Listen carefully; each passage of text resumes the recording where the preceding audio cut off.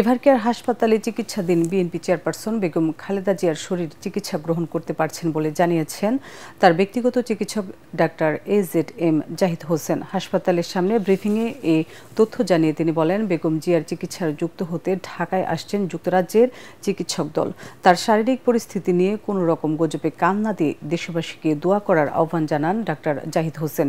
এদিকে এভারকেয়ার হাসপাতালে বেগম জিয়ার নিরাপত্তার দায়িত্ব নিয়েছেন স্পেশাল সিকিউরিটি ফোর্স SSF। আরও জানাচ্ছেন মুশফিকুর রহমান। নেতাকর্মী আর দেশবাসীর উদ্বেগ উৎকণ্ঠার মধ্যে গুরুতর অসুস্থতা নিয়ে টানা 9 দিন যাবৎ এভারকেয়ার হাসপাতালে চিকিৎসাধীন আছেন বেগম খালেদা জিয়া। এর মধ্যেই মঙ্গলবার দুপুরে ব্যক্তিগত চিকিৎসক ডাক্তার AZM জাহিদ হোসেন খালেদা জিয়ার সবশেষ শারীরিক অবস্থা নিয়ে গণমাধ্যমে ব্রিফ করেন।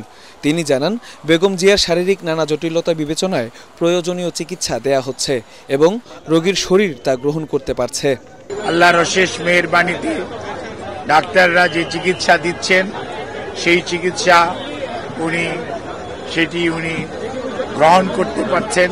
কোনো ধরনের গুজব ছড়ানো এবং গুজবে কান না দেওয়ার জন্য বিনীতভাবে পরিবারের পক্ষ থেকে, দলের পক্ষ থেকে আপনাদেরকে আমরা অনুরোধ করছি।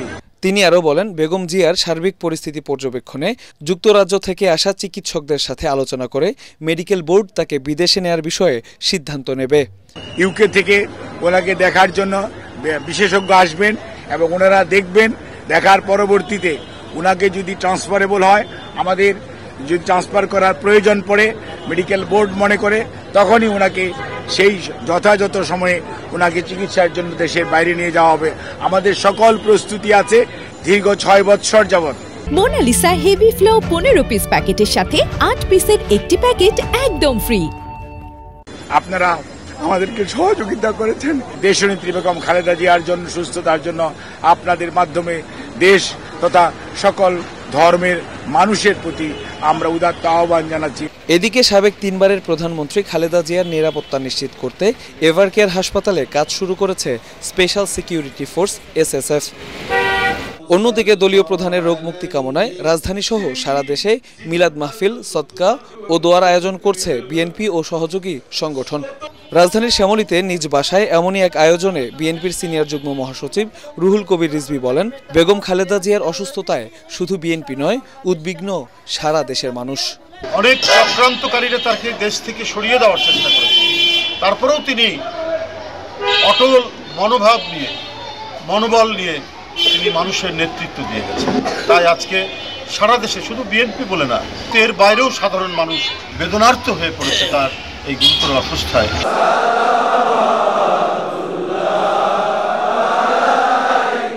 বেগম জিয়ার সুস্থতা কামনায় ঢাকা বিশ্ববিদ্যালয়ের কেন্দ্রীয় মসজিদে বিশেষ দোয়ার আয়োজন করে জাতীয়তাবাদী ছাত্র দল।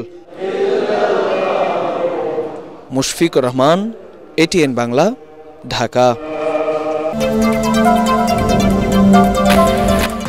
বাংলাদেশে তারেক রহমানের কোনো ঝুঁকি নেই, তিনি স্ট্যাটাস অনুযায়ী নিরাপত্তা পাবেন বলে জানালেন স্বরাষ্ট্র উপদেষ্টা জাহাঙ্গীর আলম চৌধুরী। তিনি বলেন, দেশের গুরুত্বপূর্ণ ব্যক্তিসহ সবার নিরাপত্তা নিশ্চিত করবে সরকার। উপদেষ্টা জানান, বিডিআর হত্যাকাণ্ডে তদন্ত কমিশনের রিপোর্ট গুরুত্ব সহকারে দেখছে স্বরাষ্ট্র মন্ত্রণালয়। সচিবালয় কোর কমিটির বৈঠক শেষে এসব কথা বলেন তিনি। রিপোর্টে জানাচ্ছেন মাহবুব কবির চপল। বিএনপির ভারপ্রাপ্ত চেয়ারম্যান তারেক রহমান দেশে ফিরছেন এমন একটি ভিডিও সামাজিক যোগাযোগ মাধ্যমে ভাইরাল হয়েছে। যদিও এর সত্যতা নিশ্চিত হওয়া যায়নি, তবে তার ফেরা যে কতটা গুরুত্বপূর্ণ সেটা আন্দাজ করা যাচ্ছে। একদিকে বেগম জিয়ার রোগ নিয়ে উদ্বিগ্নতা, অন্যদিকে তারেক রহমানের ফেরা নিয়ে কৌতূহল রয়েছে বিএনপির নেতাকর্মী ও সমর্থকদের মধ্যে। 17 বছর পর তিনি দেশে ফিরলে নিরাপত্তা কেমন হবে, এমন প্রশ্নে স্বরাষ্ট্র উপদেষ্টা জানান, তাকে স্ট্যাটাস অনুযায়ী নিরাপত্তা দেয়া হবে। সবার একটা স্ট্যাটাস তো থাকে, ওই রকম একটা বাংলাদেশে কারো কোনো নিরাপত্তার কোনো শঙ্কা নেই। আমরা সবার জন্যই প্রস্তুত, স্বরাষ্ট্র মন্ত্রণালয় সবার জন্য প্রস্তুত আছে। এবং স্পেশালি যাদের জন্য দরকার তাদের জন্য স্পেশাল যেটা দেওয়ার দরকার ওইটার জন্য আমরা প্রস্তুত আছি। তার জন্য আগে বুলেট প্রুফ গাড়ি রেডি করেছেন, সেটা কি এটা আমরা করছি? অনুমোদন থেকে মানে তাদের অনুমোদন আপনারা দিয়েছেন? আপনি তো কইছিলেন আপনি চাইলে আপনার উদ্যম, আমি বলছিলাম না, আপনি তো চাইলেন না এখনো।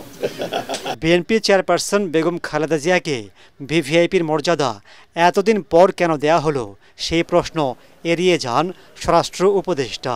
এটার ক্ষেত্রে আমি কিছু বলতে পারবো না, এই ক্ষেত্রে যাদের এটা দেওয়ার তারা এটার ক্ষেত্রে বলতে পারবো। বিডিআর হত্যাকাণ্ডের ঘটনায় স্বাধীন তদন্ত কমিশন যে রিপোর্ট দিয়েছে সে অনুযায়ী ব্যবস্থা নেওয়া হবে বলে জানান স্বরাষ্ট্র উপদেষ্টা। এই স্বরাষ্ট্র মন্ত্রণালয় এটা খুব সিরিয়াসলি দেখতেছে এবং এটা আপনি দেখছেন ওই ভলিউম কতগুলি, এগুলি আমাদের সম্পূর্ণটা পড়া হয় নাই, পড়া হওয়ার পরে ওনাদের যে রিকমেন্ডেশন এটা অবশ্যই বাস্তবায়ন করতে হবে। তিনি জানান নির্বাচন সামনে রেখে ঝুঁকিপূর্ণ কেন্দ্র চূড়ান্ত করা হচ্ছে, প্রস্তুতি নিচ্ছে আইনশৃঙ্খলা বাহিনী। দাবি করেন এসপি বদলি ও পদায়নে কোনো দলের স্বার্থ দেখা হয়নি। আমার কাছে কেউ কোনো অভিযোগ করে না, আমার কাছে কেউ একটা অভিযোগ করে না, সত্যি কথা। মাহবুব কবির চপল, এটিএন বাংলা, ঢাকা। গণতান্ত্রিক মূল্যবোধের চর্চা ও রাজনৈতিক সংস্কৃতির আমূল পরিবর্তন না হলে সুষ্ঠু নির্বাচন সম্ভব নয় বলে জানিয়েছেন নাগরিক সমাজের প্রতিনিধিরা। রাজধানীর সিরডাপ মিলনায়তনে সুশাসনের জন্য নাগরিক সুজন আয়োজিত গোলটেবিলে তারা বলেন, শুধু সংস্কার বাস্তবিত হলে নির্বাচন সুষ্ঠু হবে না, জনগণেরও সচেতন থাকতে হবে নিজেদের দায়িত্ব সম্পর্কে। বিস্তারিত জানাচ্ছেন একরামুল হক সায়েম। সুষ্ঠু নির্বাচন ও গণতান্ত্রিক উত্তরণে নাগরিক ভাবনা বিষয়ে গোলটেবিল বৈঠকের আয়োজন করে সুশাসনের জন্য নাগরিক সুজন। এতে উপস্থিত ছিলেন নির্বাচন বিশেষজ্ঞ, সাংবাদিক, বিশ্ববিদ্যালয়ের শিক্ষক সহ বিভিন্ন নির্বাচনে অংশ নেওয়ার প্রার্থী সহ অনেকেই। বক্তারা বলেন, অতীতের বিতর্কিত নির্বাচনের জন্য দায়ী সরকারের পক্ষপাতিত্ব ও দুর্বৃত্তায়নের রাজনীতি। ফলে নির্বাচন কমিশনও সুষ্ঠুভাবে তার ভূমিকা রাখতে পারেনি। গণ অভ্যুত্থানের পর আগের ধারায় সুষ্ঠু নির্বাচন আয়োজনের সুযোগ নেই বলেও মনে করেন তারা। বাংলাদেশের এখন যে গণতন্ত্র, সেই গণতন্ত্র কিন্তু এখন রক্ত দিয়ে কেনা হয়েছে। সুতরাং রক্ত দিয়ে কেনা গণতন্ত্রকে আমরা বৃথা যেতে দিতে পারবো না। হাসিনাও কিন্তু টিকে থাকতে পারেনি। একসময় তো মনে করা হয়েছিল মানে আমৃত্যু হাসিনাকে আর সরানো যাবে না, তিনিও সরেছেন এবং আমরা যারা সোচ্চার ভূমিকা পালন করেছি আরো, এবং এর ফলেই কিন্তু নাগরিকরা জেগে উঠেছে। যদি আমি যা খুশি করে পার পেয়ে যেতে পারি, তাহলে ওখানে ফেরেশতা বসলেও সে উল্টাপাল্টা করবে, কারণ তার উপর কোনো নিয়ন্ত্রণ নেই। সুষ্ঠু নির্বাচনী ব্যবস্থার জন্য আইনি, প্রাতিষ্ঠানিক ও কাঠামোগত সংস্কারের বিকল্প নেই বলেও মত দেন বক্তারা। একটি সুষ্ঠু নির্বাচনকে যেন কেউ ব্যাহত করতে না পারে, সেজন্য জনগণের জোরালো ভূমিকারও তাগিদ দেন তারা। যে কোনো মূল্যে যে জিতে আসার যে জটিল সমীকরণটা রাজনৈতিক দলগুলো করে, এ থেকে বেরিয়ে এসে যদি তারা বলতো যে না, আমরা সব যোগ্য প্রার্থী দেব, যারা ওনারা ভোটারের কাছে যাক, ভোটারের কাছ থেকে ভোট এনে জয়ী হয়ে আসুক। এমন জিনিসগুলো আদায় করে নেয় নাসির কমিশনের কাছে যে আপনি কিন্তু কোনো দলের নিযুক্ত নন, রক্তস্নাত বাংলাদেশের আপনি প্রধান নির্বাচন কমিশনার। সেই কারণেই আমাদের উদ্দেশ্য থাকবে এই যে সকল মানুষকে আমরা এইভাবে সচেতন করব যে this is the time you must form a good and strong government. জনগণ অত্যন্ত সচেতন, কিন্তু তাদেরকে পথ পাঠিয়ে দিতে হবে। ভোট কেন্দ্রে সিসি ক্যামেরা ব্যবহারের মাধ্যমে ভোটের স্বচ্ছতা ও জবাবদিহিতা নিশ্চিত করার কথাও বলেন নাগরিক সমাজের প্রতিনিধিরা। প্রতিটা নির্বাচন কেন্দ্রে যাতে সিসিটিভি বাধ্যতামূলক করা হয়, ভিজুয়াল জিনিসের যে পাওয়ার সেটা কিন্তু আমরা জানি। কারো বুকে এত শক্তি নাই আপনি ক্যামেরার সামনে এভিডেন্স রেখে আপনি সেখানে কিছু করবেন, কোনোদিনও এটা হতে পারে না। আপনি যদি সেই ব্যবস্থাটা করেন তাহলে একবারে ক্লিয়ার। ইকরামুল হক সায়েম, এটিএন বাংলা, ঢাকা।